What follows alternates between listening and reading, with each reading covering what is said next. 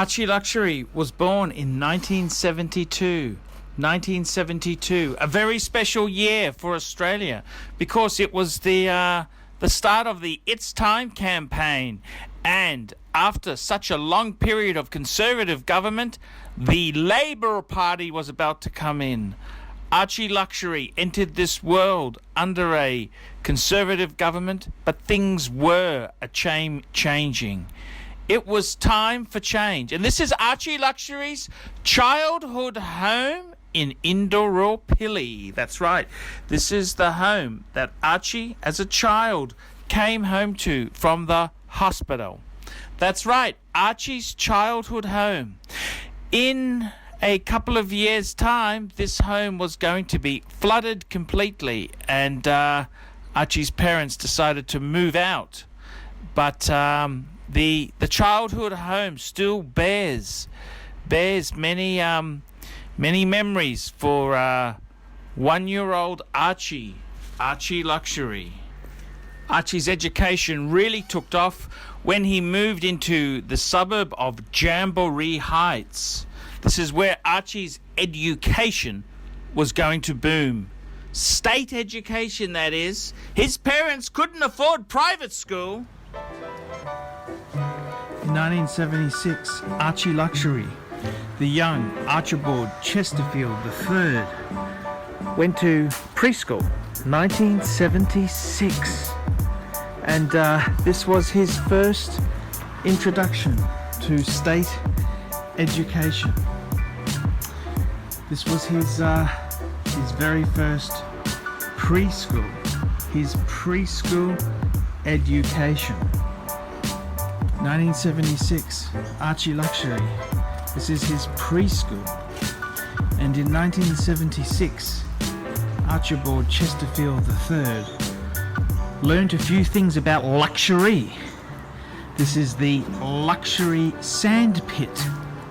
And whilst Archibald was playing in the luxury sand pit, Archibald discovered a few truths about luxury.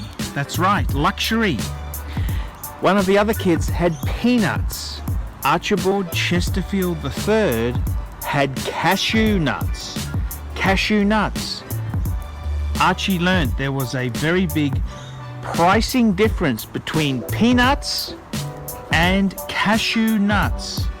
The peanut is the working class nut, whereas the cashew nut is the luxury nut of choice. The luxury nut of choice. 1976.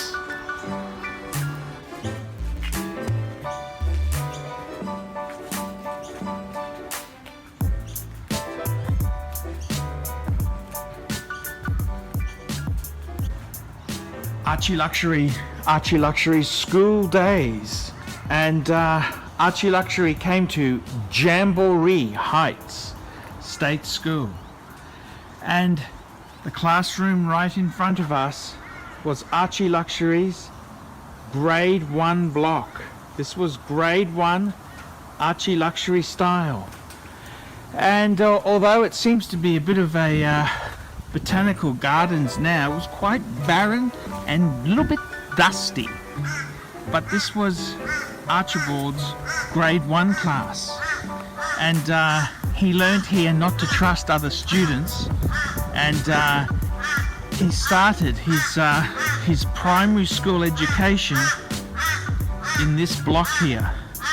This is Archibald Chesterfield III. This is his year 1 block, C block, and this is the classroom itself, the very classroom that Archibald enjoyed. He enjoyed this block. This was 1977, the year that Elvis Presley died. This is his year 1 block. And this is the school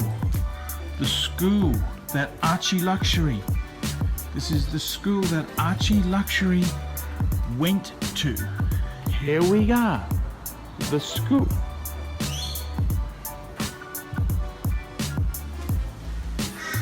ArchieLuxury's Year 7 block. This was ArchieLuxury's Year 6 and 7 block. This is where Archie learnt to, what did he learn? He continued that distrust of people. Year 6 and 7 at Jamboree Heights State School.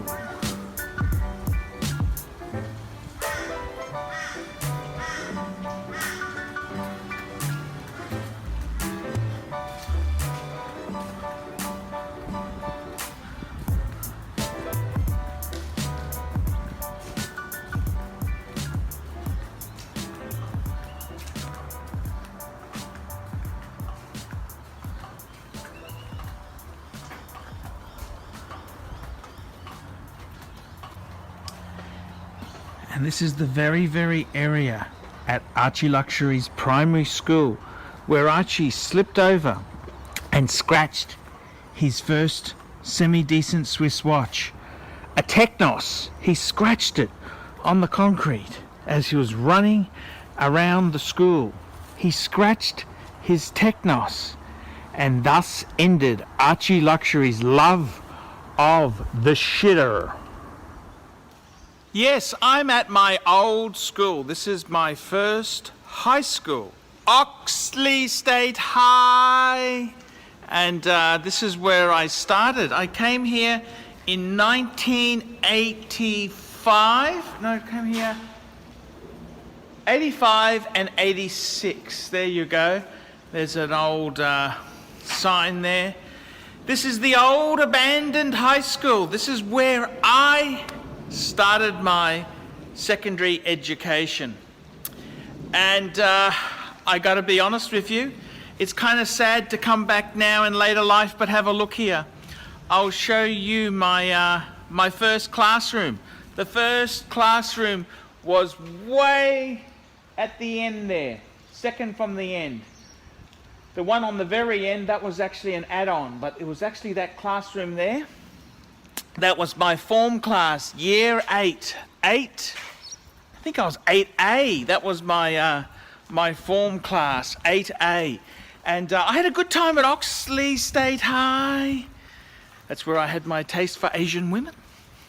Started here. This is the school, Oxley State High. Da da da da da da da da da da da da da da da da da da Oxley State High. Da. I can't remember the words, but that's exactly where it is. Oxley State High. And I tell you what, for the ArchieLuxury movie, it would be wrong. It would be wrong not to have Oxley State High featured in the movie. It would be wrong not to have Oxley State High. And that's the admin block. It's all gone derelict now. And over there was the manual arts. The manual arts, that was the graphic arts. That's right, graphic arts and manual arts. That was the block there. And Archie he only did manual arts in year 8 because he knew, Archie was very wise, he knew all the furniture would be coming from China. So Archie did typing, that's right, because Archie saw that computers were going to take over the world. Very, very, very, very futuristic, our Archibald Chesterfield. And Archie knew he had to cook. So he did home ec. Home ec over in this block here. That was home ec. Right at the end was Archie's home economics block. He knew that he needed to feed a monster. He needed to be able to feed a monster. So he learnt home ec, and he also did the typing. He did typing, which was right underneath the admin block. That's right. This is where Archie used to learn to type. These were manual. Right down the bottom there, they were manual typewriters. Archie knew the Chinese were going to bring in imports. No point in learning woodwork or metalwork. Manufacturing industries in the Western world were going to be on the shitter. That's right. So Archie knew the best thing he could do was learn typing for these new computers and the home ec with all the sexy girls. Oxley State High.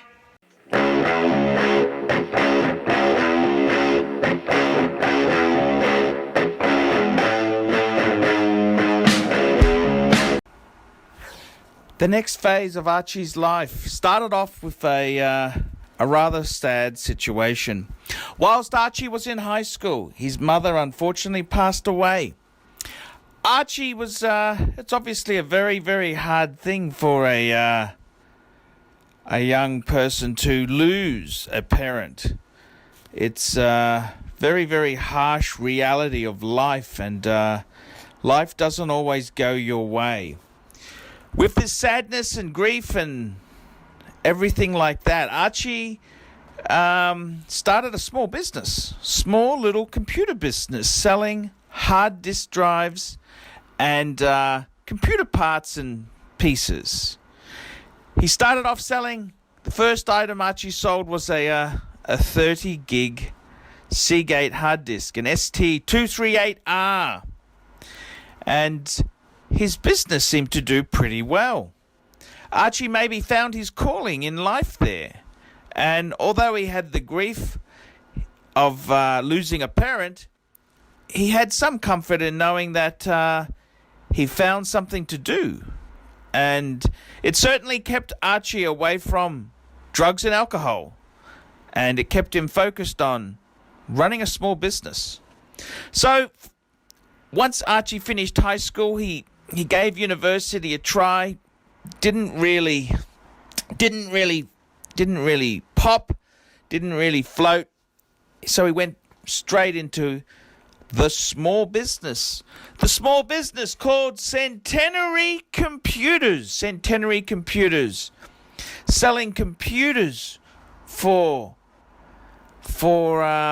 companies like Optima, OCT Optima, Total Peripherals, selling all sorts of systems and solutions. The business had its ups and its downs there. It's like any small business. You can have a bit of success, but it can be very fleeting. The hardest thing about being successful is staying successful. It rode its course up and downs. The computer market was one of these areas where things could be discounted. And Archie then, in the early 90s, revamped the business. Instead of having high retail rents, he just ran it from home, and it was successful. He managed to get a little BMW. Oh my God, Archie, if you had have invested that in a diversified share portfolio, you'd be very rich. But Archie likes a bit of consumer glam. So the computer business ran pretty well. Archie's life was starting to have a happy ending. He very foolishly got married so young. This was the days before Tinder, before online dating. No, you had to ask girls out. It was damn hard, especially in a place like Australia. Archie'd never heard of Asia. It was a brutal wake-up call. And Archie married too quickly. Everything in Archie's life was fast-paced and moving quickly. He had his business to concentrate on. So he married quickly, and before you know, Archie had more people on the Archie bus. Archie had a wife and 2 children and a mortgage and a commercial property mortgage and car payments. And although Archie made a fair bit of money, it was an insatiable appetite to pay the payments and keep everyone happy. It was okay when things were great. Archie had his freedom, he had his prestige of being successful. But it's like a lot of things in life there. Sometimes markets change, competition gets great. The computer industry was no different. It was inevitable that things would would not end very well there. Sometimes being a good manager is knowing when to get out of something. Stop flogging the dead horse. By late 1999, Archie had realized the business he was running, Centenary Computers, really wasn't that fabulous or fantastic. Burdened with mortgage, commercial property payments, loan payments, 2 small children and a wife who didn't work, Archie started to suffer depression as his career, his business, his livelihood started making very, very little money. It was a very hard time. The new millennium, year 2000, was a turning point. Early in 2000, Archie closed his computer business. Closed the business. No, he didn't go bankrupt. No, all bills were paid. Everyone was paid out. But Archie got a job. Archie got a contracting job. A job to do. A contracting job. This was Archie's first proper job, because Archie, even though he was 28 years old, he'd basically always worked for himself. There was a time he did a bit of admin work for his father's accountancy and tax business, tax preparation business, but he'd really always done his own thing. So this was Archie's first proper job at 28 years old. Archie, in 2001, was earning 35,000 Aussie dollars a year. Archie hated the job. Archie hated life in general. It was bad. The depression had started to come into Archie's life. It was in 2002, Archie was going to find out about being retrenched. Archie's depression was so bad, the only thing he looked forward to was sleep.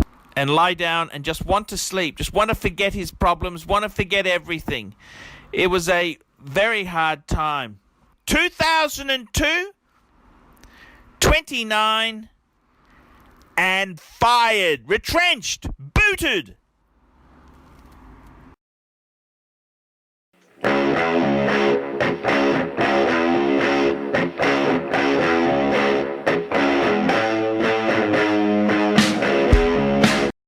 Flying to Bangkok for the first time in 2002, I remember saying to God that if he could get me a girlfriend like one of these stewardesses on the airplane, I'd do anything.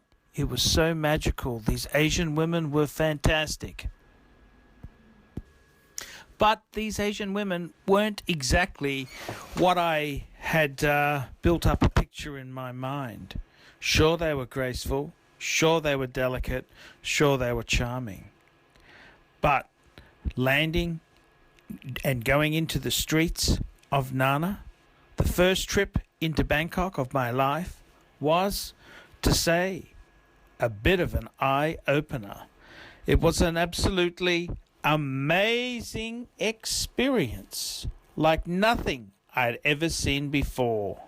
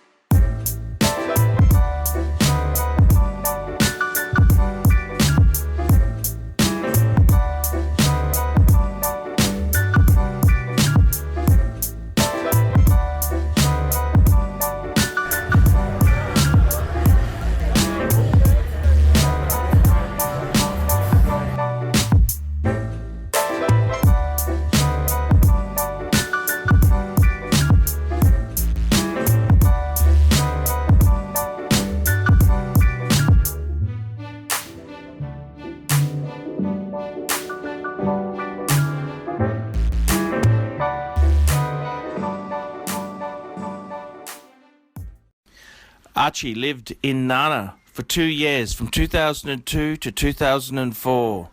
He found a lot of delightful creatures, but one thing about Nana is you can't find love in a Bangkok bar. That's right. You can take the girl out of the bar, but you can't take the bar out of the girl, big boy. For 2 years, Archibald Chesterfield III settled into life in Bangkok. He had a wonderful time. He lived in a place called Nana. It was a little place off Sukhumvit Road. And sure, it was a little bit sleazy, but the girls all seemed to like him. And as long as Archie had a little bit of coin, Archie was working in Bangkok. Well, sort of working. Just don't tell the ties. Archie was able to sustain himself and keep things happening. Archie had a great time. He could go to the club, and the girls who were dancing there, well, they sort of seemed to take on different attributes compared to the girls in Archie's neighborhood.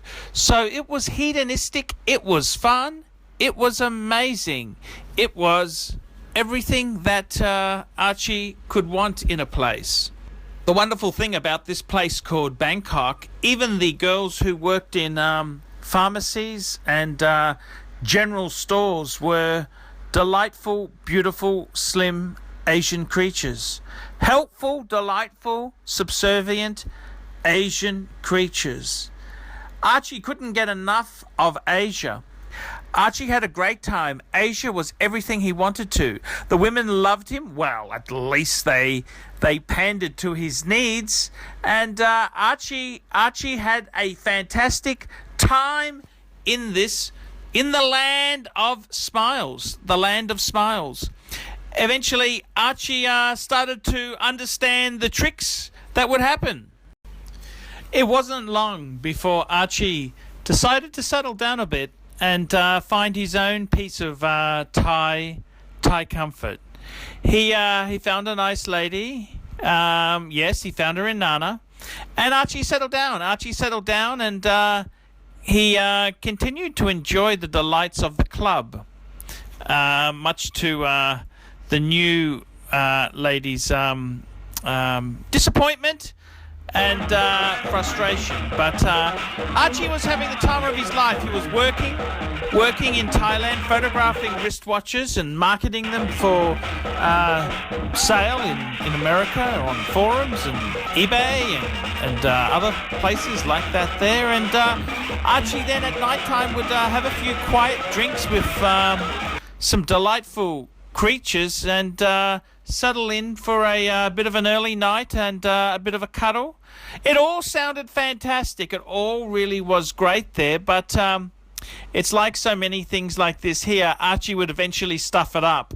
Yes, Archie would eventually stuff it up. He eventually, that lucrative high-paid job which allowed him to support his family back home and his new family in Thailand eventually ended, and Archie needed to find a way to support himself. Unfortunately, with being the victim of white privilege, Archie was sort of disadvantaged. He didn't really have a lot of working capital to kickstart a business or do something creative. And Thailand ain't no place to be if you it ain't no place to be to coast. This is a place for hard work and play hard, party hard. But yes, eventually the fun of Bangers came to a crashing halt there. It can be a brutal place. Thailand can be a great place to holiday, but Bangers can be an awful place to scratch out a living. Can be very, very hard. Hard indeed, Archibald. Hard yards indeed. You know jewelry store or good tailor? You know good tailor? Yeah. You know where good jewelry store or good tailor? And eventually it was time for ArchieLuxury to find another way of supporting the hedonistic lifestyle. It was game over, Archie. Bangkok was game over. Time to head back and face the music, big boy.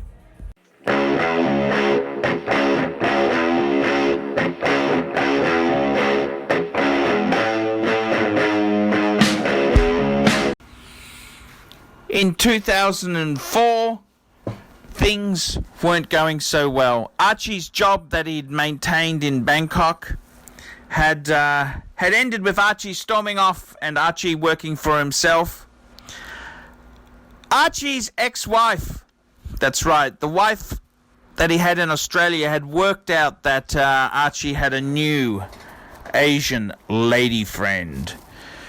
Her quests for money and support were insatiable.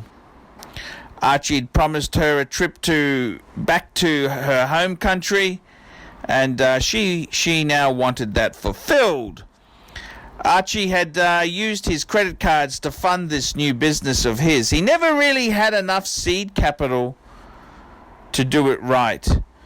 So with payments due very soon on the Amex card, it was inevitable before Archie suffered a stroke of bad luck. Archie had two expensive Rolexes stolen while sent by FedEx. Archie had a number of issues with the Thai Postal Service, with items just going missing. Archie also had to keep the house payments at home going. He had two families to support, one in Thailand and one in Australia.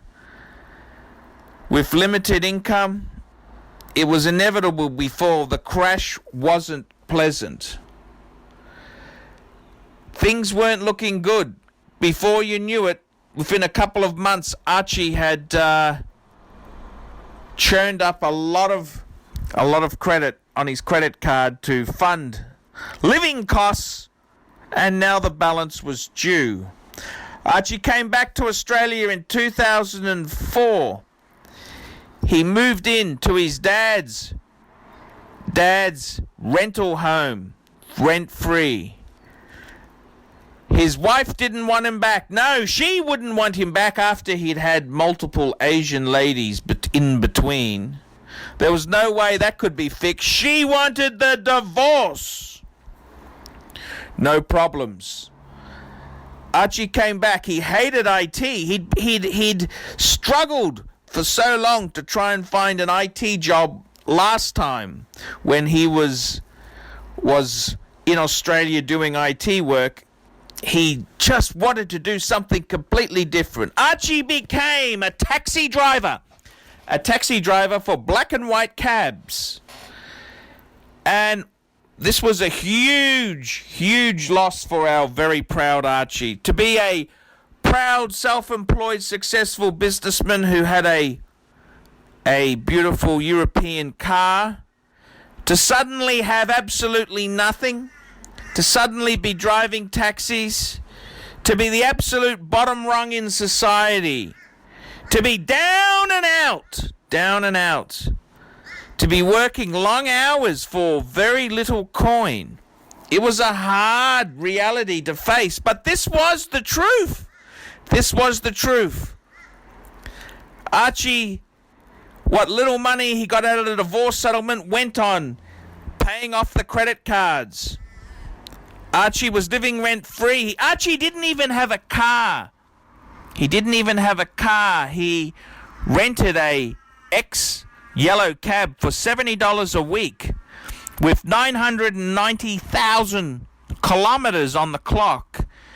It was what you would term a shitter. Whenever you parked it next to people didn't park near you because they didn't want their car next to your sort of car. It was the complete opposite to what Archie was used to. Times were tough. People said hello. He hid and pretended he didn't know them. The shame, the indignity, the shame of the whole matter. It was a very hard time. The only thing that kept Archie going was he was working such long hours. Taxi driving either starts at 4 a.m. or it ends at 4 p.m.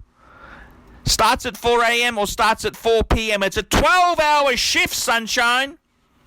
12-hour shift in the taxi. And when Archie came home, besides having a very quick meal, the only thing Archie wanted to do was sleep. Sleep. And in some ways there, it was probably the best thing, because he couldn't contemplate his fall in society, the status loss. He couldn't contemplate the losses that he'd incurred, the disaster that was his ex-marriage, the disaster that was his life. It was a very, very hard way to exist. Very hard, very uncomfortable way to exist. The depression. Could life get any worse? Driving taxis, living in his old man's house, not even being able to pay rent, just struggling to reduce debt, get back on his feet. Archie dreamed of going back to zero. Zero was a magical place where he wished to be. It was a very, very hard life indeed there. And he was hugely depressed. The depression, the indignity of it all, the indignity. It was hard. He was over 30. He had no girlfriend. He had no money, no car, nothing. There was nothing Archie got enjoyment or sustenance out of. It was like the depressionary times. No money, no honey, no nothing. ArchieLuxury's life was at an all-time low. He had success from his business. He couldn't start up another computer business. That market was crap. That was terrible. He couldn't get a job in IT. That was next to impossible to achieve. He'd already gone through there applying for jobs. Oh my God. He just wanted to jump in a car and drive a taxi. Archie was reduced from being a successful small business person to being a taxi driver. The disgrace, the embarrassment, the indignity. Archie had hit the lowest point in his life. Everything was grim. Everything was hopeless. Everything was a disaster. This was Archie at his worst. The depression, the indignity of it all.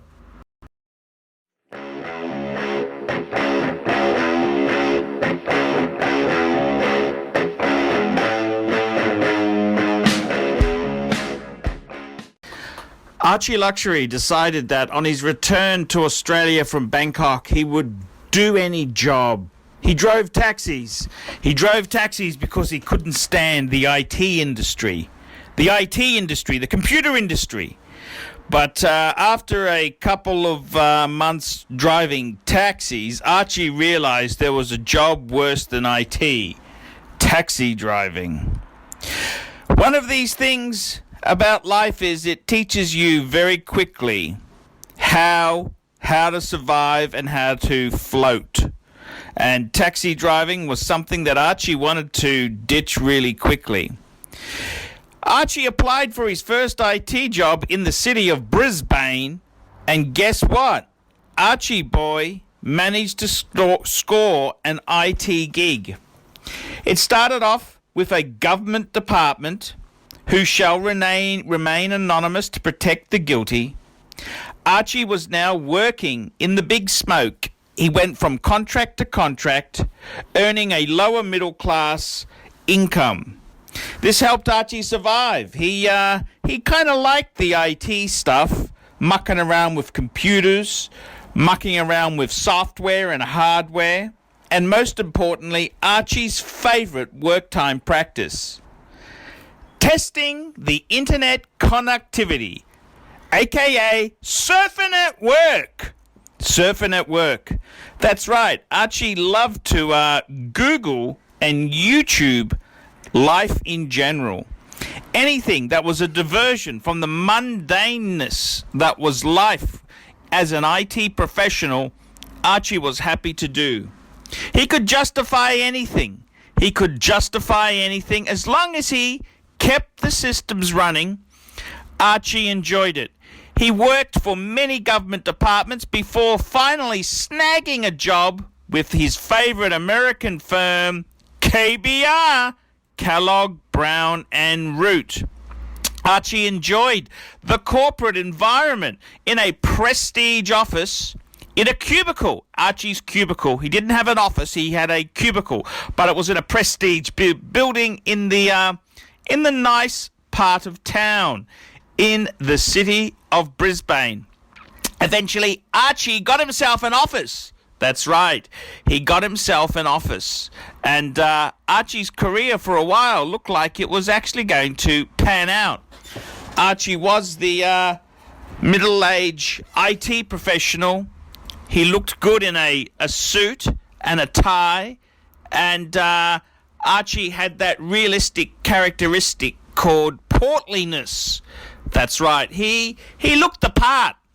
And whilst Archie enjoyed doing IT, cabling and doing IT, fixing, installing networks, moving stuff and installing stuff, it was all very good there. But it was going to be short-lasting. Career depression syndrome. Archie was lower tier in the food chain, and he turned to a bit of drink to help ease the pain. Ease the squeeze, big boy. Ease the squeeze.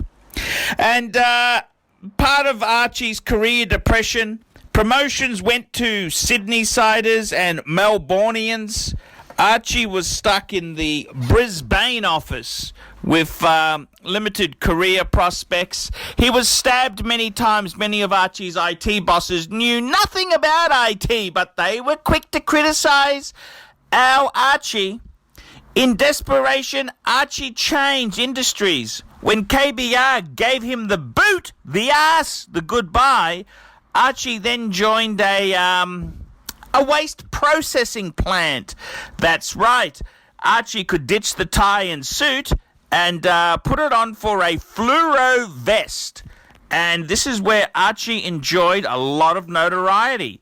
He was big amongst the garbage men.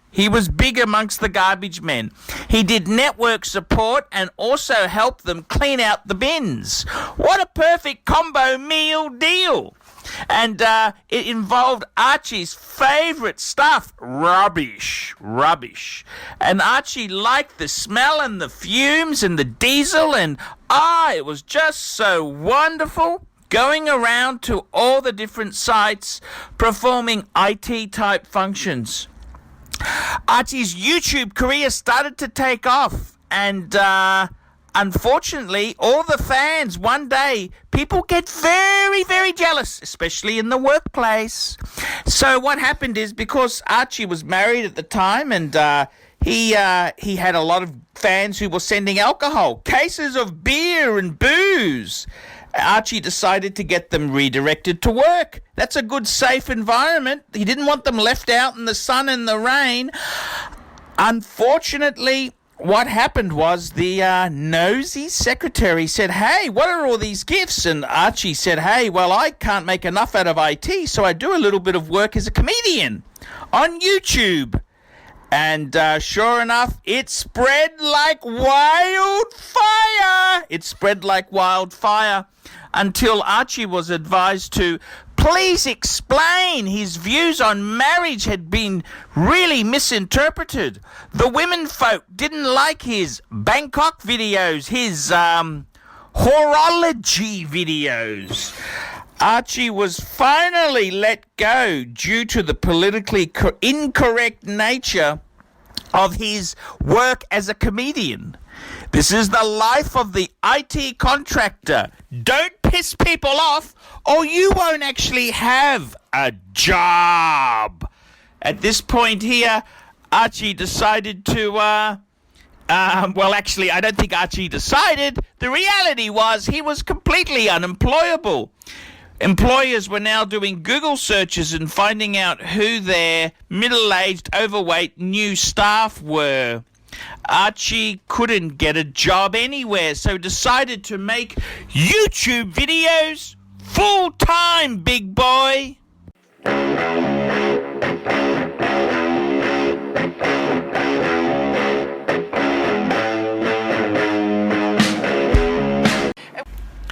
when ArchieLuxury flew the ditch to New Zealand. He was amazed at the high cost of hotels in Auckland. ArchieLuxury vlogged this on his ArchieLuxury channel, and the Kiwi press, the New Zealand press, exploded. Suddenly, Archie's Luxury's hatred for high prices in New Zealand was public fodder. ArchieLuxury was interviewed on the top-rating The Project series in New Zealand. That's right, ArchieLuxury was interviewed on the very, very popular top-rating The Project New Zealand. ArchieLuxury was, how would you put this? ArchieLuxury was cornered. They cornered him. They were nasty to him, but at least it was press. Any press is good publicity. And when you're on national television, it can't hurt. It can't hurt indeed. The next press clip was actually TV in Australia. That's right. Archie appeared on the Debonair Fox show. This was just before he nearly died getting there. Take a look at this. Hey there! This week's guest has amassed over 30 million views. He's also made international headlines thanks to his controversial opinions. He almost died getting to this interview. True story. He's known as ArchieLuxury, but also as Paul Pluta. Hey, take a seat, take a seat. Alrighty, you almost died getting to this interview. Let's just start with that. Almost died getting here. Before we roll the cameras, you're showing us a recording. And why you put me at risk? I nearly died. You understand that? I nearly died on your plane. Excuse me, sir. I nearly died on that plane. You understand that? Yes, but they're trying to take... Where are they going? You're a coward! Essentially, you confronting the captain. Yes, what do we do then? Yell or We- scream at the captain. well- Just to rehash, right? You have one of the most colourful lives I think I've ever heard of. Just sitting down before when we were getting sort of mic'd up and things like that, you're telling me about tours you were doing, you're telling me about people you're accompanying around, doing all sorts of different things. About the YouTube channel, you do all sorts of, you have a safety deposit box, on it goes, right? Yep. I'm a, I'm a very, very unique individual. I'm unemployable. I'm completely unemployable. I could not do anything else. I've been sacked from numerous jobs because of my YouTube profile. Yeah. I've revealed the truth, and I got sacked from a waste processing plant for my views. Look, controversial opinions all over YouTube. You are not, should I say, you're forthright with your opinions, right? So how do you get from being another person walking down the streets of Brisbane to someone who's literally jet setting? And how do I just don't understand how you go from point A to point B. Well, look, it's very simple. I look at luxury goods from the arse end. I don't buy anything new. Everything is second hand. I'm a working class man. That's what I am. I am a working class man. So it's just through pure cunning that I've gotten anywhere. It's life skills. Like you got certain things there that you need. Tell me a little bit more about this stuff, because you're known on your YouTube channel, looking at the comments section and things like that, as a controversial YouTuber. And I don't see anything that's controversial other than what we just talked about. This is exactly it. This is mainstream. I'm very much, I suppose I am the type of person, I am the thoughts of a normal person, but I say it. Yeah. I say No it. filter. No filter. No filter. However, Archie's fame really took off with some press coverage in the online press.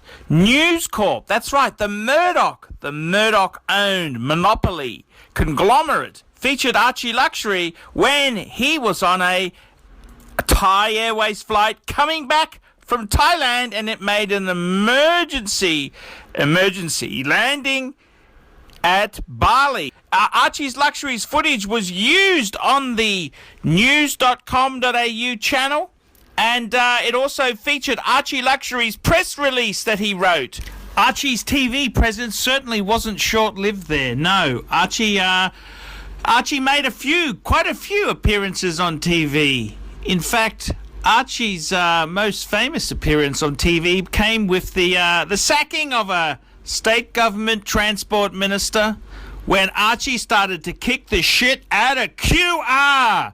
Archie wasn't going to stand for it, so Archie did what any self-respecting man would do there. Archie fought the system. Archie fought the system, and Archie in the process, Archie started a way. QR's got no one to blame except themselves. Paul Pluta is the whistleblower behind documents which revealed the extent of the driver shortage. It's the executives at QR who should be ashamed of themselves. They should get out of their Statesman, get out of their 5 Series BMW and take the train. With ministers squirming, that wasn't the ultimate pleasure of ArchieLuxury's achievements. No, it was when a Y Jenner from New York put an episode together all about ArchieLuxury.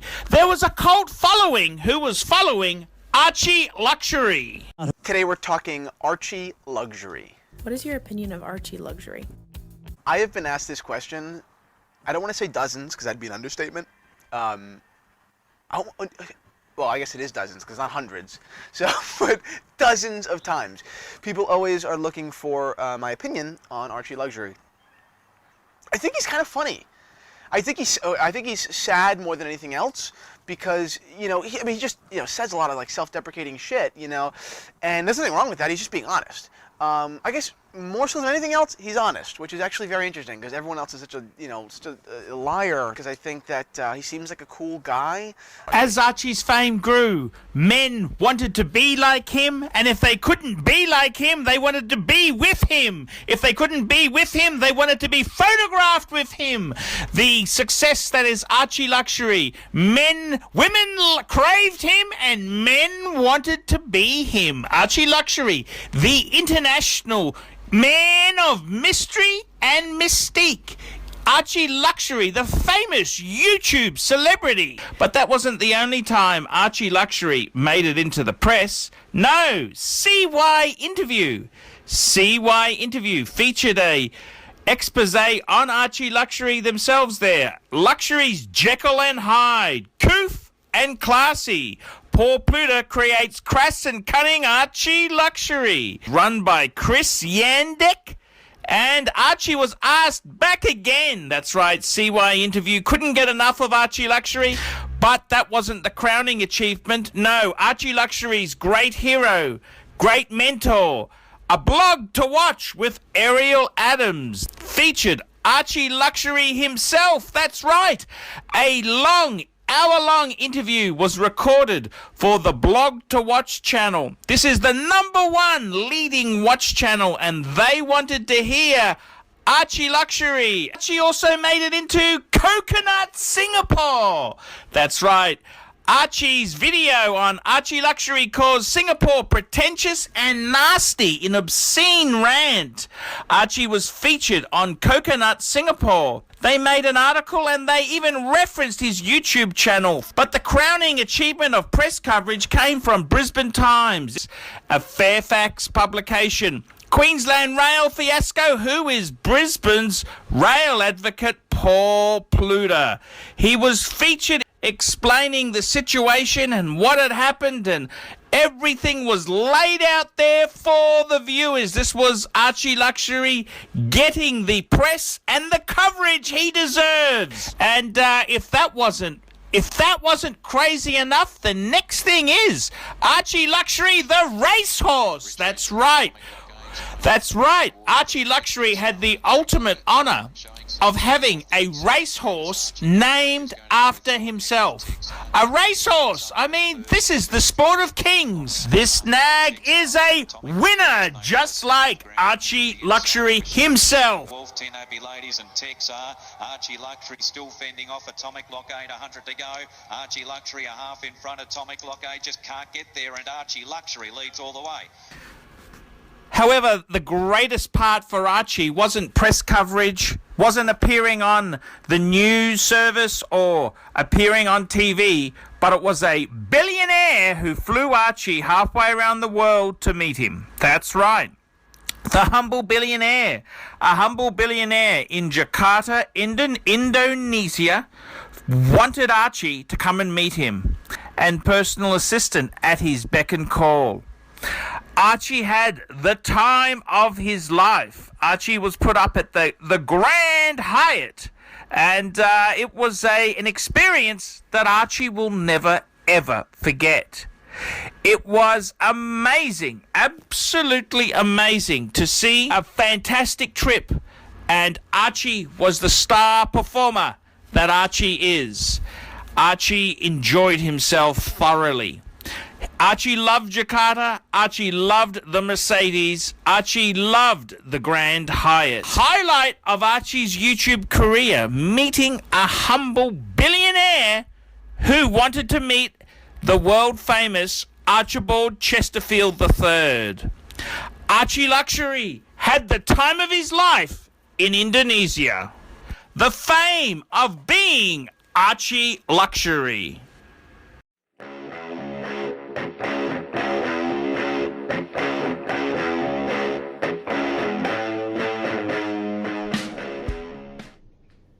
ArchieLuxury, the method actor, the actor's actor, the method actor. And I gotta tell you, the method actor that is ArchieLuxury, you gotta get the pain happening to really feel that part in the movie. The actor's actor, the method actor. And if it was for real, if this was for real, I would have died years ago. And Nana Kim may not have never happened. There. ArchieLuxury, the method actor, I put myself into that situation with feeling and some spirits. I put myself into that role there and play it to the best of my ability. Without further ado, fuckers, I'd like you to take a look. This is the first video of Archie himself for the channel. Hello and welcome to ArchieLuxury Luxury channel. Today we've got a great improvement we'd like to announce to all our YouTube viewers. We're moving away from still shot photography and we're moving towards digital video technology. That's right, the ArchieLuxury channel has taken the gauntlet up one step. Many people have requested that we shoot video with a video camera, and we've decided to listen to our viewers. That's right. In the up and coming episodes we'll be having a look at Archie's personal study. We're looking at Archie's magazines that he reads, where he gets his knowledge on luxury goods. We'll also be taking a look at a luxury scrapyard where they scrap luxury automobiles. And we'll also be taking an in-depth look at some of Archie's classic luxury goods and showing how they look with a. We're taking a complete look at them with a digital video camera and showing all the trinkets that come with a luxury purchase. So please, I hope you applaud the advancement in technology, and I hope you enjoy the channel. And please continue to come to my websites, www.collectinglouisvuitton.com and www.luxurytolast.com. Thanks very much, and don't forget to click like for this video to encourage Archie to make more videos. Thank you very much. Hello, I'm ArchieLuxury, and welcome to the program Fuckers! Hello, fuckers! And today we're starting a new project. We're going to make Mr. Bullshit. Mr. Bullshit. Now, fuckers, what we're trying to do here is we're trying to build an identity of a man, fuckers, a man who looks absolutely minted for the least amount of money.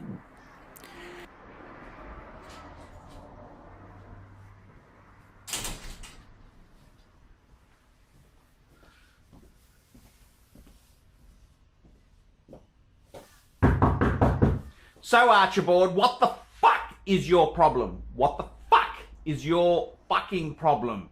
You want to renege on a deal? You want to renege on a contract that we signed? Aren't you a man of your word, you pathetic, slimy grub? Aren't you a man of substance? You fucking piece of shit! So, Archibald, you want your soul back. Yes, okay. You can have your soul back. And let me ask you this. What's wrong with promoting shitter watches? I've just signed a deal for you. If you would have stayed, you stupid asshole. If you would have stayed, I've got a $15 Hong Kong watch with a nasty Chinese movement in it.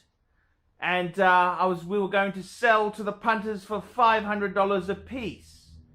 There was a big wedge in it for you, Archie. All you needed to do was show the polo players, the aristocrats prancing around on horses, and have some tie-in to these pieces of shit. That's all you needed to do to get a wedge of the pie. But no, you don't want to promote shitters.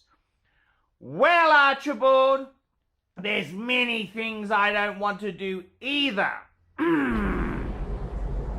Hello, it's Trevor Gertrude from ANZ Funds Management, and Daryl from 24-Hour Discount Plumbing was our small business community leader who won the ANZ Small Business Incentive Program. And what we've done is we've decided to help Daryl expand the 24-hour discount plumbing business.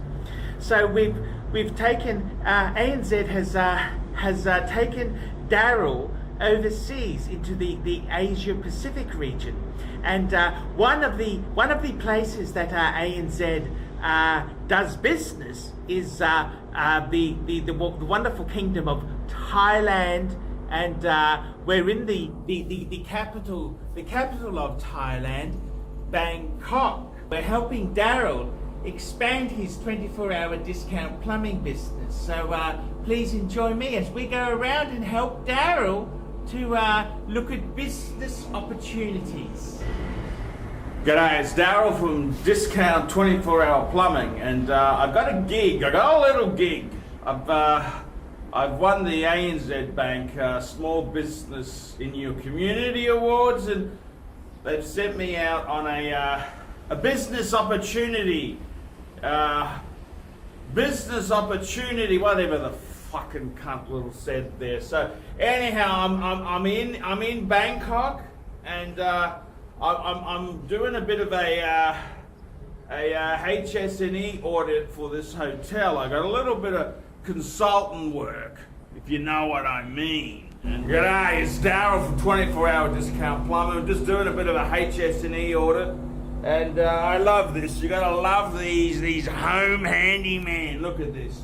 The nasty fuckers are using packing tape as industrial tape. Look at this. That's not fucking ISO certified, that's for sure. That's not that's not a safety answer. And look at this. They had a bit of a hole in the wall, and they decided to use an old elevator button. Well, fuck. The modern day Archie. I tell you what, when you get to your 40s, you really learn not to worry about status, your position in life. You just really don't give a flying fuck. And I gotta tell you, for a while there, I kind of wanted YouTube success and ratings, and there's a lot of effort. There's a lot of viewers who can afford a $50 Seiko or a $100 dress watch, who want to be told they want their ass licked that they've bought a great watch, when the reality is it's a piece of fucking shit. This is the reality. So, when I entered my 40s, my mentor, Suckerhorn, said that you'd start to change and settle as a man, and it's absolutely true. I have completely decided I'm only going to make stuff that I want to do. I want to go places that I want to do, and I don't want to sell $50 chronometers. I don't want to recommend $500 shitters that I know deep down are garbage and morally bankrupt. I don't want to put my name on a $900 US diver that is really a piece of shit. I don't want to do that. The real Archie. The real Archie. The Archie who's never seen on the camera at all. This is an interesting thing. Who is the real Archie? And the real honest truth is that the real Archie is that guy in the office. The real Archie is the humble guy who does his job and goes home. Bullshit. Tell him that the real Archie, mate. Can I tell him the real Archie? The real Archie's boring. The real Archie's boring. This is the whole thing, is that all of us... No, the real... Tell us about the real Archie, mate. You know, like The real Archie. you know, how you love your family and your kids. Well, and you what's know, most important in life. Tell us about the real Archie, Look, mate. the reality is, John, it's always... I think that you've got to be, as a good performer, you've got to keep a little bit to yourself. You know, We're not talking about performers. We're talking about the real Archie. The real Archie. It's very difficult. These are very soft spots to intrude on. Look, of course, you know, John, I care for a lot of people there. The children, you always want your kids to do well. You want them to find happiness. I think that's You the love thing. your kids, don't you? I do love my kids. Which one do you love the most? Look, John, I love all those kids the Equally, same, don't you? the same. That's exactly it, John. And I got to tell you, you know, I try my best for them. I've kind of seen many interesting things in my life there, and you know. You're only human, aren't you? I'm only human. I'm only human, but about 1.5 humans, but you know. only human, John. And I've got to tell you, John, it's a very, you know, that there is a nice side to Archie, but that's not really interesting. It's not saleable. People don't want to see that on the channel. They want the drama. People want drama. That's why they watch soap operas and they watch, you know, all this sort of situation comedies, because it's compacted. It's very compacted into Okay, small well, let's have a bit of drama then. Bit of drama.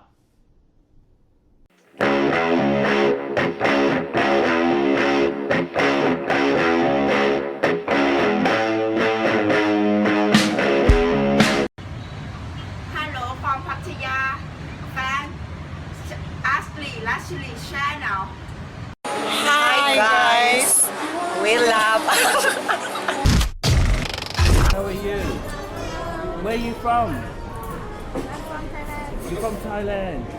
Ah, you clown. That's a lovely outfit, hey? Lovely girl. Thank you so much for saying hello. Bye-bye.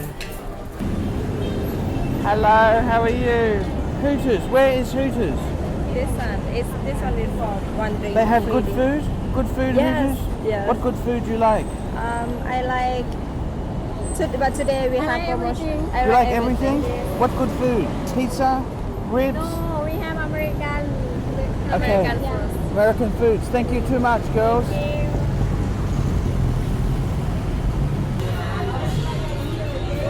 Hello, how are you? Fine, thank you. You okay? Hello, how are you? Hello, how are What's your you? name? Juan, my name is Juan. Yes. Hello, what's your name? Han.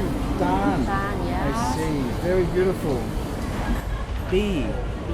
Yes, I just say hello to B, okay? Look pretty, very pretty. Hello, how are you? What you up to? Bangkok bunnies. Yes. Very good. So your name is Jeff, Yeah. and you Jeff. 30 years old, 31. 31. And you from Pattaya originally? Near Pattaya. Near Pattaya. Yeah. And how long you live Bangkok for? 1 year. Wow. So what's your name? Dawan. Dawan. And how old are you? How you sing? Oh, 30. 36. 36. I see.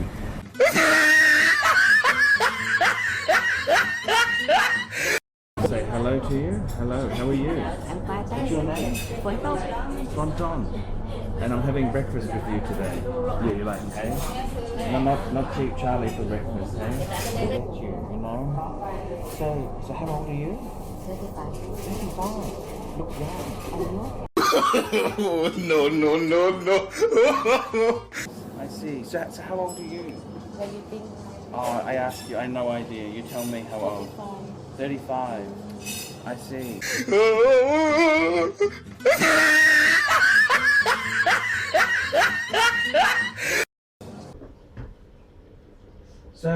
Kim, we're talking about Bangkok, but how you live in Chiang Mai? You have no husband. No, I You- stay with my papa, my mama, Yeah, and my sister, yeah, and 2 daughters for my sister, yeah. and 8 people for my mom, work for my mom, for in the mountain, work fish flower, grow Oh, fresh flower. Oh, no, no, no, no.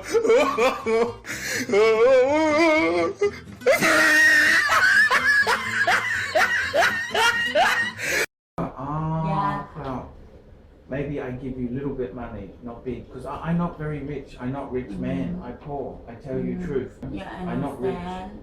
I give you a little bit money to help you. A little bit, couple hundred baht, okay? Huh? I give to you couple hundred baht. 100 baht. Yes. No, What? no, I not want nothing, not need nothing, okay? no, I give to you present, okay? no 100 baht, no one. Pay me 100 baht. 100 baht for zero for Thai. Yes. I give you breakfast. Breakfast no important. Okay. I give you 500 baht. No, Well, how much you want? what's that? How much you want? I ask You you to have shower. work. I not want work. I give you shower. I give you shower. You're out of your fucking mind. You know this? I not do nothing wrong to you. I give you breakfast. I not sleep with you. I not sleep with you. I not do nothing to you. I look after you. I give you breakfast. What you gonna I say? give you juice. I not do nothing. What do you think I do? I not Do do what? TV. I not do it. Here we go. No, for working Here. that. Here's 500. No, 500. no, Okay? no, Here you go. no, no, I not make big money. no, This is ridiculous, okay? no. Here. Okay, goodbye. Okay? I had enough. Goodbye. No, 1,000, okay, stop. 1,000? For what? I not have sex with you. No. I take you for fucking food.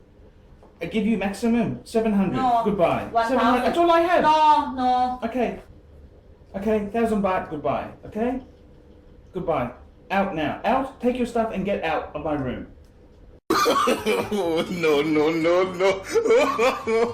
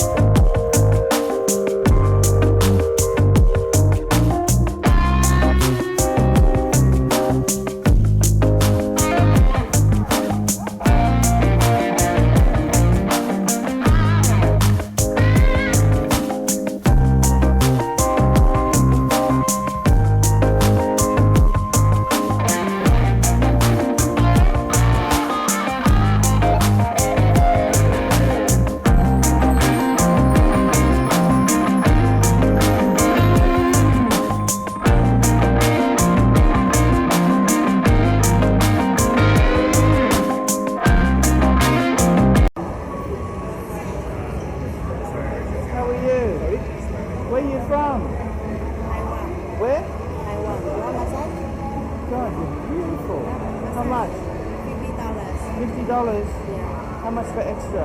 Extra $50. Huh? Extra $50. I come back soon. I just How much for massage? $50. With extras?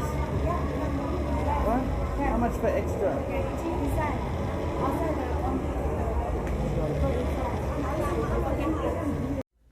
Hello, I'm Lana, and I want to say hello. I have been a fan of the ArchieLuxury program for over 12 months. And you know what? I love his channel. Congratulations on achieving 12 million YouTube views. I'm so happy that you're making YouTube videos full time.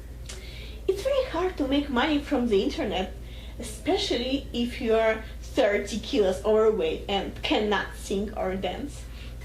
But, you know, with the YouTube, I've got 6,100,000 views now. You know how many views a month I'm getting? 400,000 views a month. That's great, isn't it? And I've worked out how many views I need to have a full-time job doing YouTube. You know how many views I need? No. I need 1 million views a month. A month. 1 million views a month, and I can make videos full-time. So, you know, I want to try and tell the viewers out there, if you want to get me going full-time, they got to get their friends. They got to get their friends to try and watch me. How else can I encourage them to get more views? Tell me. Make it more general, like this doing things might be good. Yes. Love you, ArchieLuxury. Люблю тебя, Archie. Take care.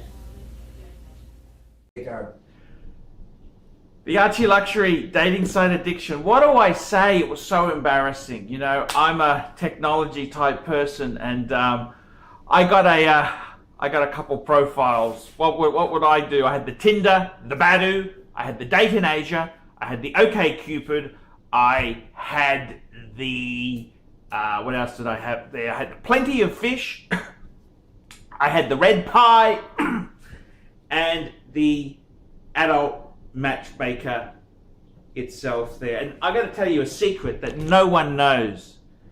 The reason the name ArchieLuxury came up there was many years ago. I became addicted to dating sites, and I needed to think of a fantastic anonymous name for a profile on Adult Matchmaker, and it was ArchieLuxury.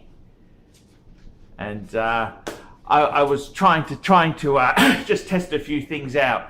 But I got to tell you guys, this dating site addiction, all these women, all these ex-wives, girlfriends, mistresses, bits on the side, holiday romances, all these lovely ladies who I have wined, dined, and taken out. You know something? Turned 45, and how many of these girls do you think sent me happy birthday, Archie? How many sent me a well wish? How many do you think sent me a well wish? And these are girls who, you know, I asked them to iron a shirt, they would kiss the collar, they would always ask me what would I like to buy. What would I like to buy? I remember having 12 pairs of cufflinks sent to me at various gifts, and now I can't even get a text message happy birthday out of her. This is how it is. And how many of them sent me well wishes? 0, 0, 0, 0. Wah, wah, wah, wah.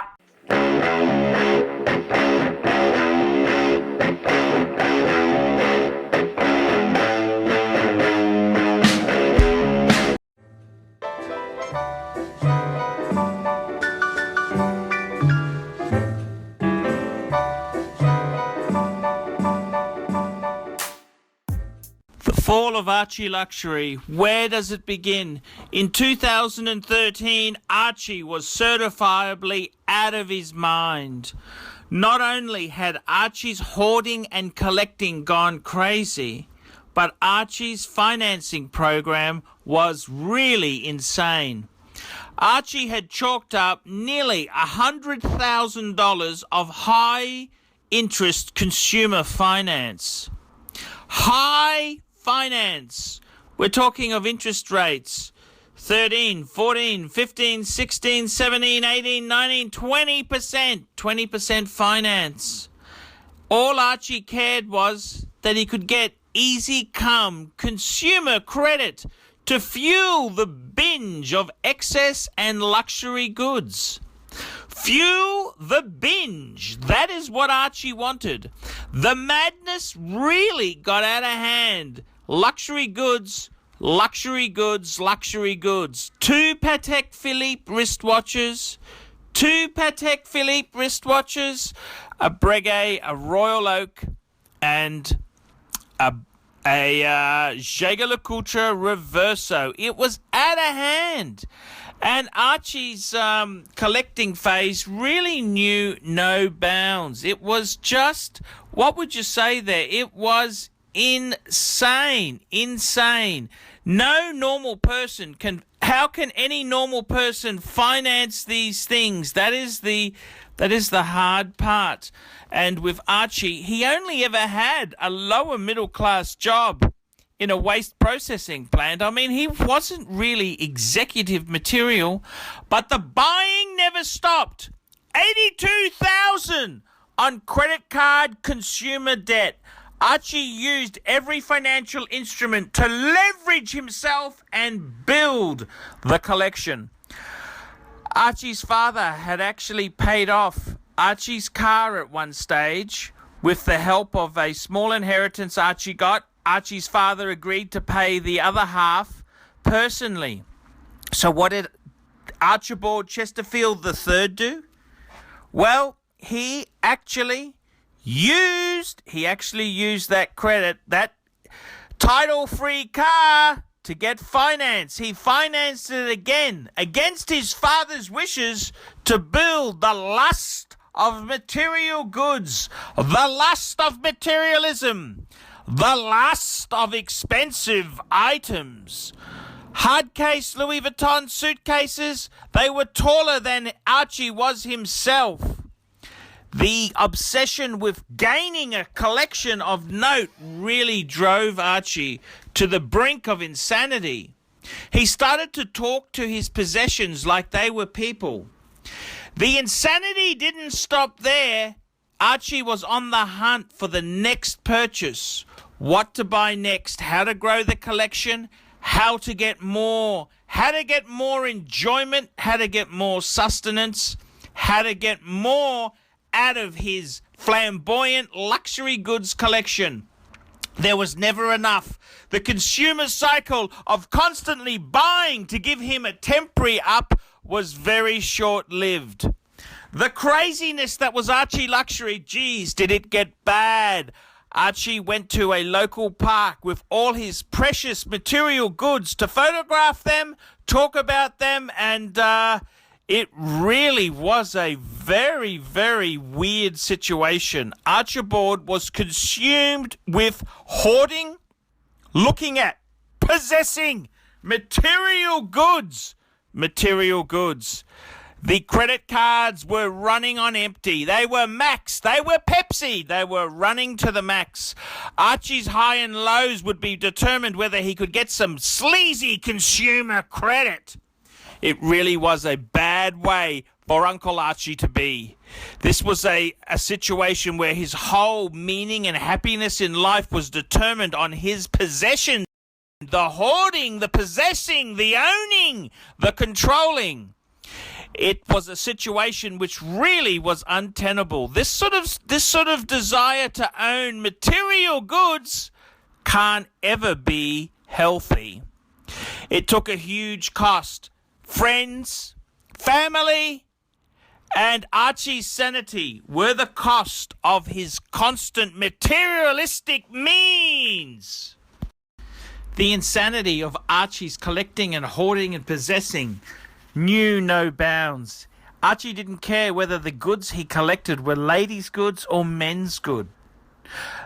One could say this is a similarity to most hoarders. They don't actually even need to use the goods to have the enjoyment of possessing and owning the goods. Archie collected a lot of ladies' goods, which could seriously be questioned as to why he would need this.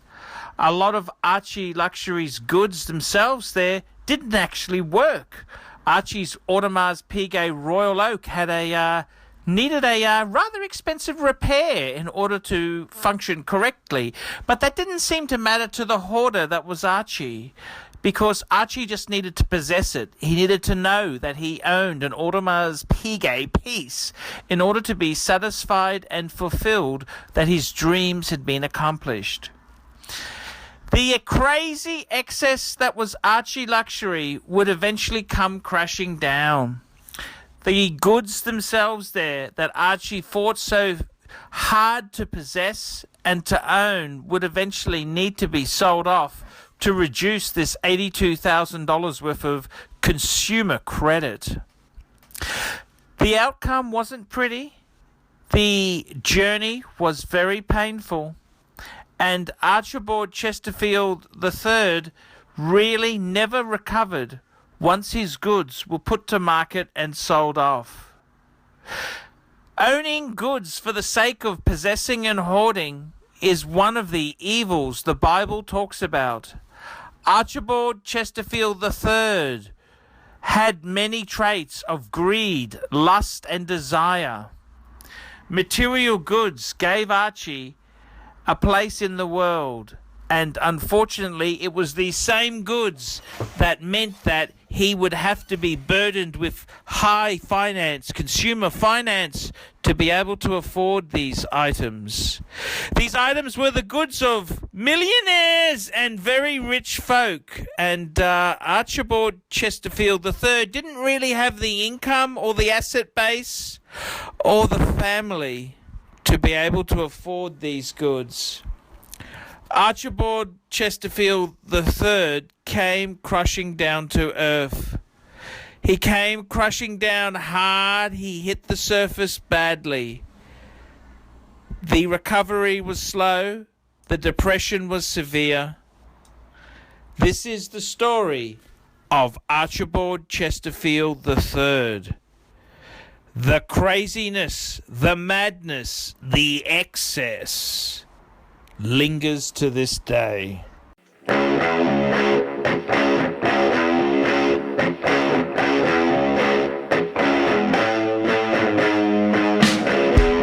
what I've done. Look at this. I'm looking at a Jetstar.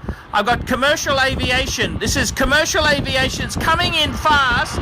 It's coming in furious, and I've done it to get this footage for the channel. That's right. For you. You don't just fluke this stuff, guys. You don't fluke this stuff. You want to get good footage. You want to get amazing video. You got to put yourself out there. You got to plan these things. You got to plan it, big boy. I've been all around Asia. I've been all around Asia to bring you some delights of the trip. And many exciting things have happened for good old Archie.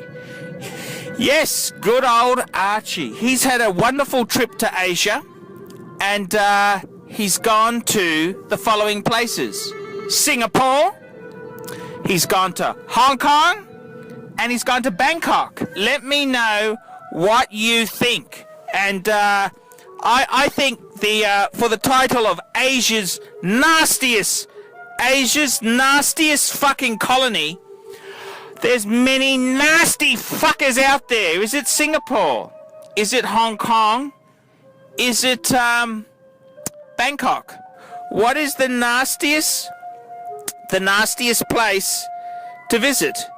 And there's some nasty fuckers around. They're everywhere. Real nasty fuckers. And I gotta tell you, a lot of these Asian places, nasty. You've got arrogant fucking Hong Kong Chinese. You've got the Singaporeans, nasty fuckers. And I gotta say, some of the Bangkanese, the Bangkok fuckers, the Thai fuckers, they're getting pretty nasty. They're getting pretty nasty indeed. So I want to hear about Asia's nastiest country. What do you think Asia's nastiest country is? Hello, I'm ArchieLuxury, and I'm coming to you live from Singapore. Singapore, what a wonderful city. Probably the greatest city on earth here. This is absolutely fantastic, and we're bringing the ArchieLuxury channel up a notch. International city for an international YouTube celebrity, Singapore. The greatest city on earth. I'm coming to you live from Hong Kong. Hong Kong, that's right, fuckers. Oriental fuckers. I'm in Hong Kong. Asia's nastiest country.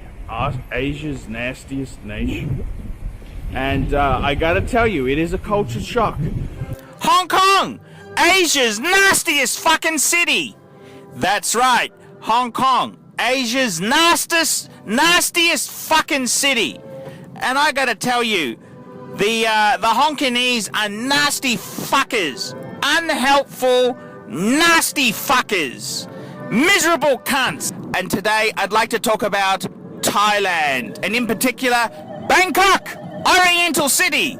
And I gotta tell you, Bangkok itself there, it's a wonderful city. Absolutely wonderful. I love Bangkok. I think it's probably one of the greatest Asian countries. And, you know, Hong Kong is lovely, expensive. Singapore is pristine, fucking expensive. You've got, you know, the Asian, you know, Malaysia, you got Indonesia, yeah. But Singapore and, look, fuckers, Hong Kong, Singapore, Bangkok is my pick of international Asian cities. And I love Bangkok. One of the things I love so much is the Thais' attitude. Yes, they'll rip you off as soon as look at you. Of course, you're a fucking foreigner, and you're there for the picking. But they do it with a smile.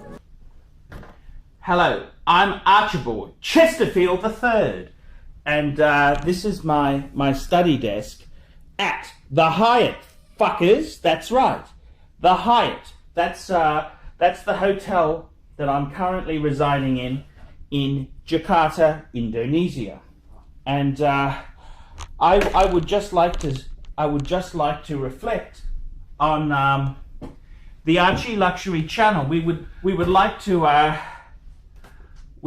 to reflect on this great journey. And fuckers, nasty foul-mouthed fuckers that you are, I gotta tell you, I want to see these pretenders who are stealing my ratings. Where the fuck is their international travel? Where the fuck is their 5-star accommodation? Where the fuck is anything really exciting? Coming to you live from my bathroom at the Grand Hyatt, Jakarta, Indonesia. I want quality content, so just bear with me, and I'll try my best to get you the content you deserve. Hello, ArchieLuxury reflection series, and today I'd like to talk about the low point in traveling. The low point in traveling is when you travel halfway around the world and the place you've gone to is crap. That's right, crap. The ArchieLuxury channel coming to you live from Japan, bringing you exciting, fascinating things, showing you amazing things in the world. ArchieLuxury, the only true luxury goods content provider in existence. And today I'm coming to you live from Fiji, tropical paradise. That's right, Banana Republic, fuckers! Banana Republic. And in Fiji, they're nasty fuckers. Nasty fuckers. If you want to go to the sand dunes, if you go through the Fiji National Park, there's a $15 fucking fee. If you want to go to a waterfall, of course, there's a fee. If you want to go, you know, it's just these little fucking things. They're gouging all the way. Things of beauty should not be fucking controlled by assholes who want to exploit it. This is beautiful, sunny, gorgeous Auckland, and I'm in the city centre here, and it's an absolute bitch. This is a mean place to be. I mean, not only is the weather fucking awful, it's cold, it's damp, it's wet. This is a highly priced, highly expensive city, and I don't know why the fuck anyone would want to come here. And I gotta tell you, Okinawa, this is a shit city. I haven't been impressed with it. It's overpriced. It's just one big rip-off, and I'm really happy to be getting out of this place very soon. Hello, ArchieLuxury reporting live from Vietnam. I'm in Vietnam. That's right, fuckers. I finally went on the Vietnamese tour, and I'm in Hoi An, And I gotta tell you the truth, fuckers. This ain't no fucking Thailand. It ain't no Thailand at all. It's very different. It's very different here. It looks like Thailand. It smells like Thailand. But let me tell you this: it is not fucking Thailand, fuckers. And today, I'd like to reflect on Sydney. Sydney, fuckers. What did I think? What is the street feeling? And I had a great time in Sydney. A lot of nasty cunts there. It's fucking expensive. Sydney is expensive. And I've got to say, you know, Sydney itself, even the beggars, the panhandlers, the street urchins, they're all nasty, vicious cunts. They're just nasty and vicious. It's an aggressive city. Almost as nasty as the toilets I had to use in Melbourne. Look at this. This is one of the grubbiest, dirtiest, nastiest toilets I've ever seen in my life. And I went out with the sucker horn and some fans on Thursday night, and I wanted to go and use the toilet, and this is the disgusting, horrid mess I had to endure. An absolute horror of a toilet. Just dirty, grubby, graffiti. This is Melbourne. Welcome to Melbourne.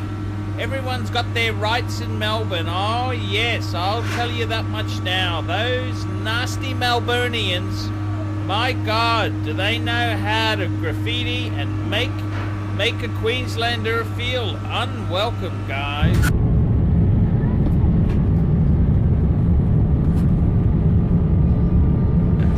.787 Dreamliner. Why they make emergency landing here? But they say the emergency landing is problem. There's what problem? The machine small problem. What problem? Small problem. Small problem. They throw $100,000 worth of aviation fuel into the air. I don't know. But small problem. Small problem. They not deploy the chutes. The chutes when they land. The airline chutes come out. Yeah. It's $150,000 to put those back in the plane. But what problem? Small problem with what? I don't know what the problem. But it's from the technical. They have information. For me, I don't know. Yeah. Sorry. So that's okay. Maybe you ask this with. I will. Yeah. I will ask them. Okay? Tell the captain to come here. I want to talk to your captain. Okay? Please. Thank you. Do you not check the oil pressure system before you put my life at risk? Yeah, I checked already. No one want to be like this, sir. I nearly died! Listen to me, please, and calm down, sir. I nearly died today. You understand? Excuse me, not only you, sir. Our cabin crew also. I nearly died! Listen to me, please, and calm down, sir. I nearly died today. You understand?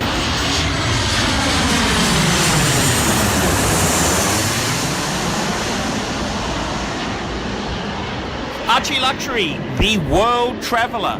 One thing ArchieLuxury and the ArchieLuxury channel has done is to bring tourists to Australia to see this wretched land. The land of high prices and full retail. Archie recently highlighted the beauty of Sydney, and even though his negativity was there, nothing could hide the fact that the harbour, the Opera House and the Sydney Harbour Bridge are absolutely gorgeous. Archie has gone out on a limb many times, and one of the great things is the joy and the fluke of luck Archie's had in capturing some fantastic video. In fact, on a recent trip when he was flying out of Sydney, he got some amazing footage from the aircraft, Jetstar, mind you, of the Opera House, the Sydney Harbour Bridge and the Sydney CBD, all captured on Archie's iPhone. What a fantastic take of events. Archie's been able to document wonders like the great Sydney Opera House to the punters. Archie's been all around Australia for the ArchieLuxury channel. Hello, I'm Paul Pluta, and welcome to the ArchieLuxury program. And today I want to show you, this is some of the most magnificent spots in Australia. And you don't really get to see much of the good life on the ArchieLuxury channel because I really find it easier to talk about negatives. But I just want to show you, this is a local park that I come down to, the River Rocks Park. And I just want to show you some of the hidden beauty of this place. It's very, very, very beautiful, and it's just it's just breathtaking. And although I sound fairly depressed at times, it's very nice to have natural resources like this, which I can use as a backdrop for my YouTube channel. There is a nice side to Australia, and it's this peaceful, tranquil wilderness. And I gotta tell you, it's days like this here where you come down and have a sticky beak. It's really quite magic. You can't buy this type of shit.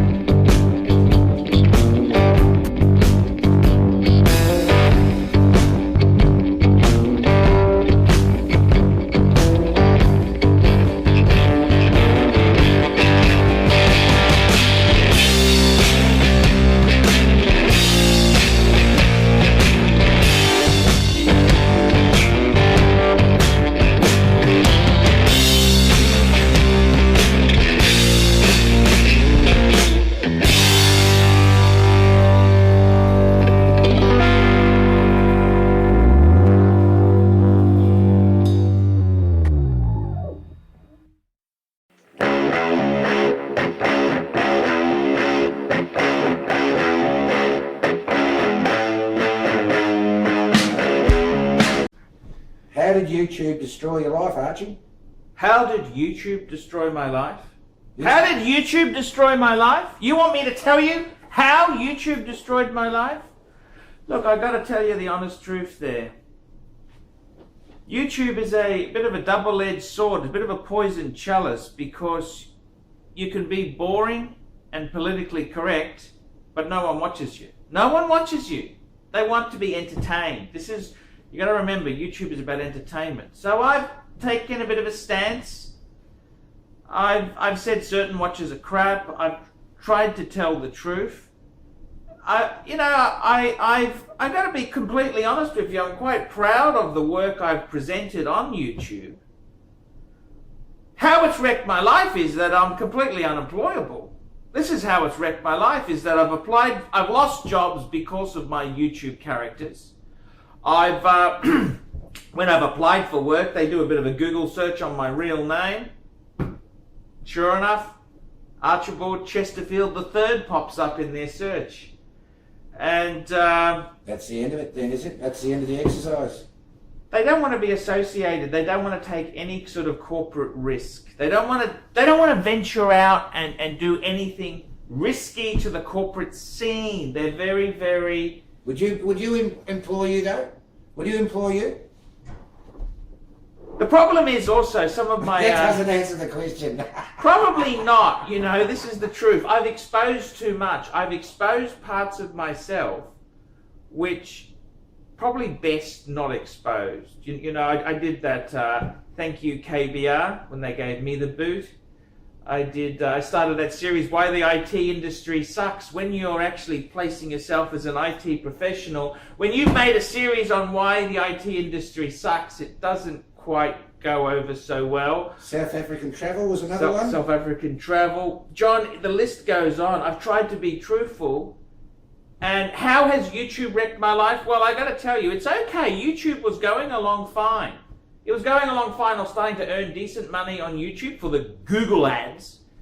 And then we had the Google ads ad apocalypse. The Google ads apocalypse. And what happened was, they decided I had my 8,476 videos on YouTube, and they decided that they would demonetize any video where you said some swear words, politically incorrect words, F and C's and you know, any kind of they must have had some Mormons censoring my stuff, because at 8,476 videos, I had about 87 which were considered fit for advertisers. So it's financially affected you? Financially ruined. I'm unemployable. The Google apocalypse has hit me hard. I basically, my Google ads revenue has gone from minimum wage down to half minimum wage. With the poverty line. That's exactly what's happened. And I've got to tell you too, I've also had a huge personal cost. You know, my recent wife, she left because she didn't like to be married to somebody who wasn't that faithful, and kind of put it on YouTube. See, when you're a personality and you put things out there, sometimes it comes back to bite you in the ass. That's exactly what's happened. It's relationship-wise. I have gone on many dates, and I got to be completely honest with you. The girls have said, I said, what do you do? I said, I'm a YouTube celebrity. Oh, wow, that sounds great. They get really excited. You're a YouTube celebrity? You make videos? Yes. What's the name? Oh, ArchieLuxury. Then they Google you? Then they Google it. Hang on a minute. You've got videos on Thai hookers. You got videos on threesomes. I think I had one girl said to me, you called it a sandwich? What is a sandwich, Archie? A sandwich? I mean, what do you do? What do you do? It's just absolutely disastrous. Relationships they've been killed with about 20 minutes of Googling. 20 minutes of Googling my name. They've suddenly realized that I'm not, because they thought I was the politically correct, the nice, well-mannered guy. Oh, you talk about travel. Oh, that's interesting. What do you talk about? Oh, you talk about whoring. Oh, you talk about Bangkok. Oh, Archie, what are you doing? That's not what we wanted. We wanted the long-term relationship lover, the one who was looking for a soulmate. You're looking for a sex partner, Archie. You're looking for bang per buck in a bad way. Does this affect you when you're just walking down the street, not as ArchieLuxury? It affects me everywhere. I've had, it can't leave you. You can never be normal again. I can never revert back to normality. I cannot revert back to being just a normal, anonymous, overweight, middle-aged, lower middle class, white guy. I can't do it. The genie is out of the bottle. I can't put that bitch back in the bottle. That bitch won't go in there. And she's seen my videos. She's seen my fucking videos. She's seen the video. She told her girlfriend, oh, be careful with him. Be careful with him. You'll catch something. And it's my career is absolutely over. My financial means is absolutely over. Marriages, jobs, everything has gone bad. Thanks to YouTube. Thank you, Google, YouTube. Thank you, Google, you fuckers. Hello, Archibald Chesterfield III, AC3. And today I want to talk to you about the human cost of YouTube. I gotta be honest with you fuckers, it's a hard business. Very fucking hard. It's a nasty business. People will befriend you and spit you fucking out.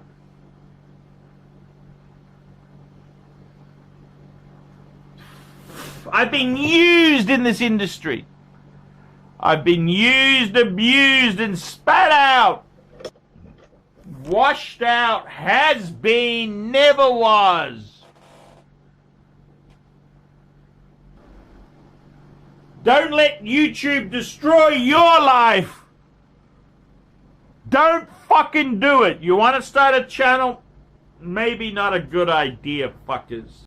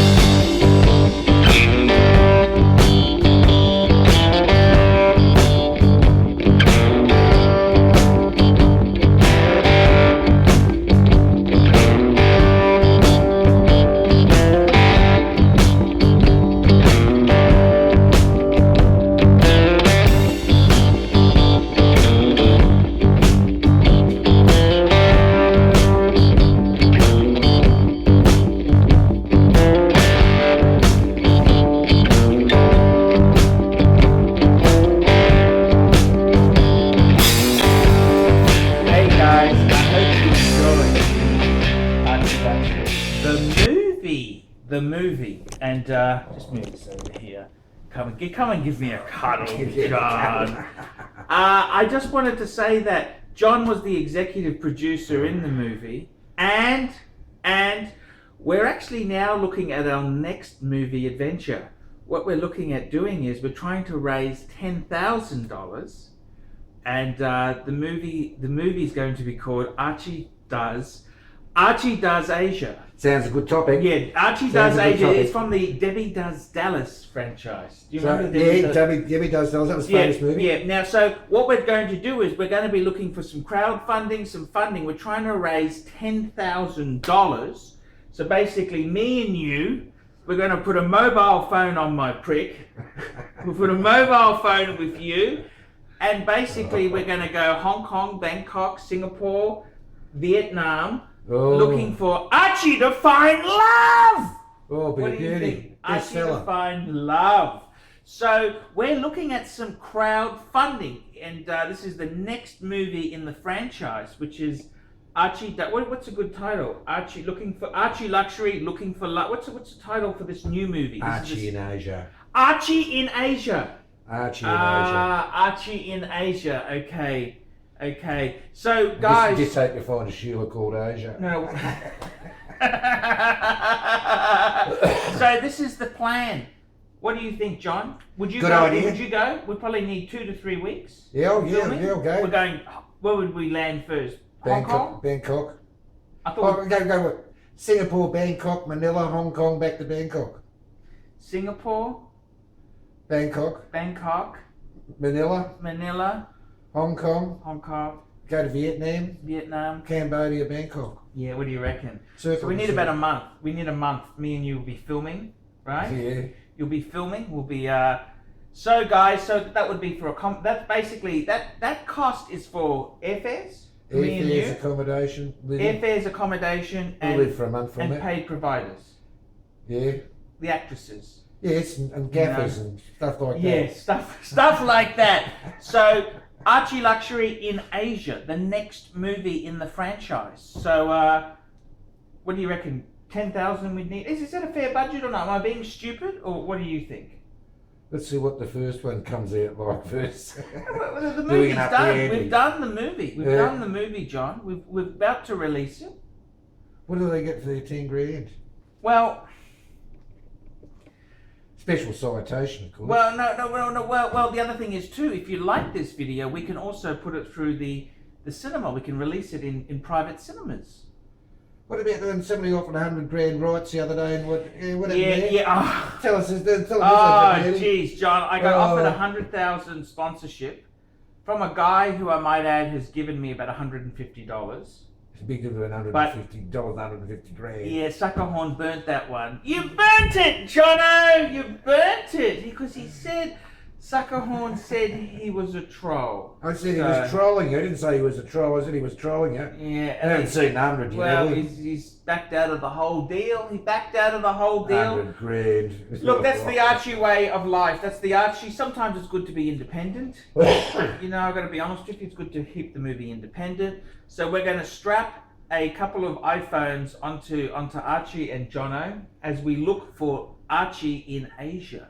Might have to resurrect those glasses again, mate. We're going to see if we can find that Nana Kim. Oh, you can go chasing her. Fair dinkum. She was a good sort, you know. Oh, really? She'd be around still. She'll be around there somewhere. Yeah, she'll be around. She'd be telling all the friends. They had this young fat guy who gave her 1,000 baht and they didn't even need to sleep with him. Yeah, it was grass. You know? Best part, he went up from 100 to 200 to 500 to 700 to a grand. In about 2 minutes. Yes. Oh, that was staunch.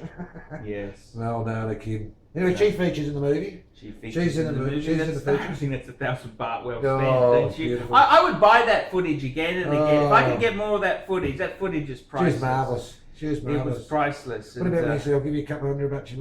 100 baht. Oh no, no. Oh, she backed out of that real quick. Oh, it was great. That was a great. 100 baht is nothing to Thai people. She, oh yeah, righto. Yes, that's all exactly. Right. She got more though. Yes, no, that was a great start there. Great story, and yeah, that's how it goes, Jono. That is how it goes. So, yeah, ArchieLuxury the movie. Next one is ArchieLuxury in Asia. Archie in Asia. Archie in Asia. The sequel. So basically, I think what we'd have to do is airfares would be about 2 each. That's 4. Yeah. Accommodation would be grand, and we'd need a few little actresses to play little honeys. Because For a week or so. yeah, what do you reckon? For a week or so in the casting couch. Casting couch. Yeah. Yeah. I told you about my mate, a couple of mates that did that, didn't they? What's that? They had these business cards made up. Yes.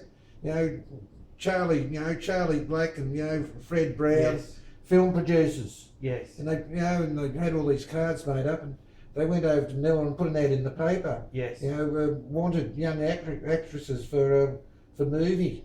Yes. Meet at the Manila Hotel 1 o'clock Friday. Yes. I reckon the queues were hundreds of metres, long, all down the corridor of the hotel, down the stairs, out reception, 100 metres down the street they were. These 2 old pervs, interviewing the young girls. Take a little card. They're getting shots and everything for them. Oh no, you're no good. I will need some snapshots. We used to bring them into work. We used to watch them all day long. It was beaut. I don't think it happened now. I think you get into big trouble for that, John. Yeah, women are a bit more smarter than that. Okay, Archie in Asia, the sequel. Coming soon. Coming soon! Good stuff. Okay, how do I press this button? Stop. Stop!